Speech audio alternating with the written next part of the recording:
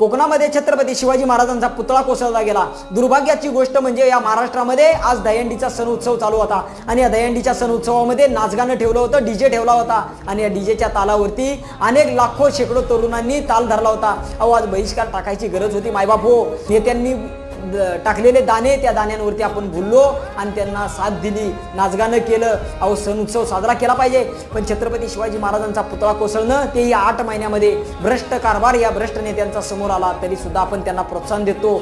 अहो मायबाप, ज्या छत्रपती शिवाजी महाराजांनी चंद्र सूर्य आहेत पर्यंत या गडकोटांच्या दगडाची गॅरंटी घेतलेली रायगडावरती पत्र आहे।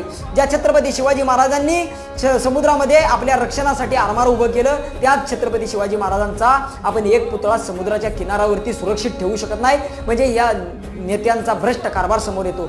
अहो मायबाप हो, आपली आवड निवड चुकली म्हणून आपण अशा भ्रष्ट नेत्यांना वरती बसवलं आणि आज तुम्हाला सांगतो त्यांच्याच मुलांना आपण